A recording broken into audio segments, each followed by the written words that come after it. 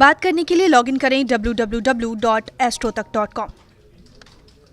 मित्रों नमस्कार, मैं हूं आपका मित्र कमल नंदलाल और मैं आप सभी दर्शकों का हार्दिक अभिनंदन करता हूं एस्ट्रो तक की खास प्रस्तुति कमल नंदलाल के महा उपाय जो आपके जीवन को सरल, सुगम और सफल बनाए, सिर्फ एस्ट्रो तक पर।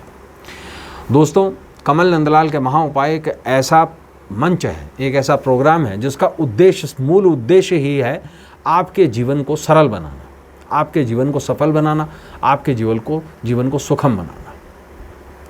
इस प्रोग्राम का टॉपिक आपकी समस्याएं हैं, कुछ ऐसी जटिल समस्याएं जिनका सरल समाधान मिल नहीं पाता, क्योंकि आप जाएंगे किसी भी ज्योतिष के पास में तो वो लाखों रुपए के आपको उपाय बता देगा, ये नगीना पहन लीजिए, वो कर लीजिए, है ना।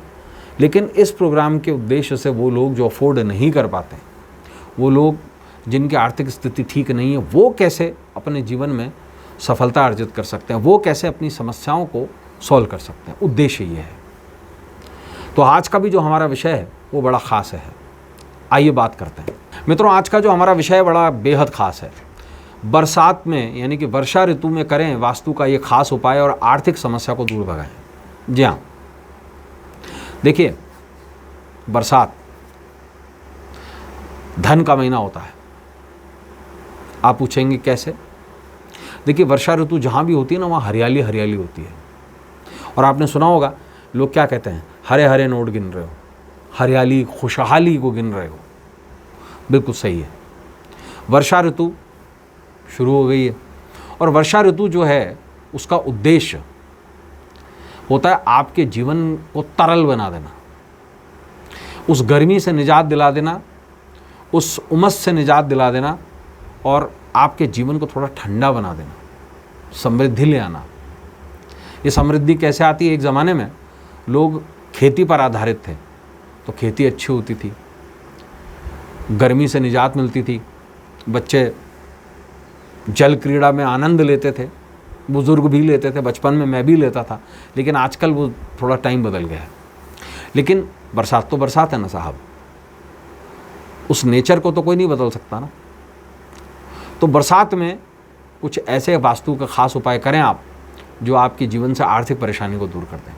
देखिए, बरसात के दिनों में आनंद तो है, लेकिन साथ साथ में कुछ समस्याएं भी हैं और उन समस्याओं के कारण आर्थिक विपदाएं ज़्यादा आती हैं।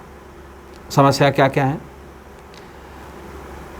सीलन का आना, छत का टपकना, पानी का रिसाव, कपड़ों में बदबू, वॉशरूम में बदबू, घिम किसे कहते हैं आप जानते हैं? जब कोई चीज़ सड़न लेने लगती है। आप देखिए कि इस खास महीने में दूध सबसे ज़्यादा ख़राब हो जाता है, दही में भी इस महीने में सबसे ज़्यादा कीड़े पड़ जाते हैं, अनाज भी सबसे ज़्यादा ख़राब इसी महीने में होता है। जानते हैं क्यों? क्योंकि ये महीना जो है वो जर्मिनेशन का है, उत्पत्ति का महीना है।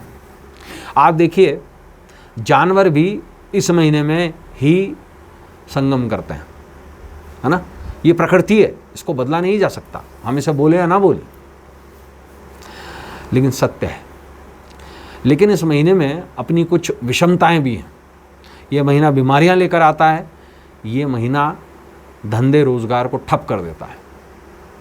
और इस महीने में उसी का धंधा ज़्यादा चलता है, उसी का रोजगार बढ़िया चलता है जो एनवायरनमेंट को तो गीला रखता है लेकिन खुद को सूखा रखता है। सूखा शब्द जो है वो सुखी से बना है, सुख। कहते हैं ना कि माँ जो है वो गीले में सोकर बच्चे को सूखे में सुलाती है, उसे सुख प्रदान करती है ना। सूखा कैसे रहा जाए और सुखी कैसे रहा जाए? पैसे की बारिश हो लेकिन आप सूखे कैसे रहें? उसका सीधा सरल तरीका है फिटकरी, या जिसको हम फिटकरी बोलते हैं या जिसको हम एलम बोलते हैं।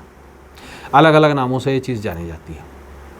फिटकरी के कई प्रयोग हैं, लेकिन इसका प्रयोग छोटे छोटे, इसके क्रिस्टल का प्रयोग जो है आपको बड़े आसानी से करना है। कैसे करना है आपको बता देता हूँ। देखिए, एक दिशा है जहाँ नमी बिल्कुल नहीं होनी चाहिए, जहाँ नमी का होना यानी कि समस्याओं का होना है, वो दिशा है दक्षिण पूर्व। इस दिशा में नमी होने के कारण या नमी होने से ना ही सिर्फ खाने पीने की चीज़ें ख़राब हो जाती हैं, एक्चुअली लक्ष्मी जो है वो घिम जाती है। घिम में एक अलग तरीके का शब्द है, मतलब लक्ष्मी जो है वो रुक जाती है, उसका कार्य जो है वो कमज़ोर पड़ जाता है।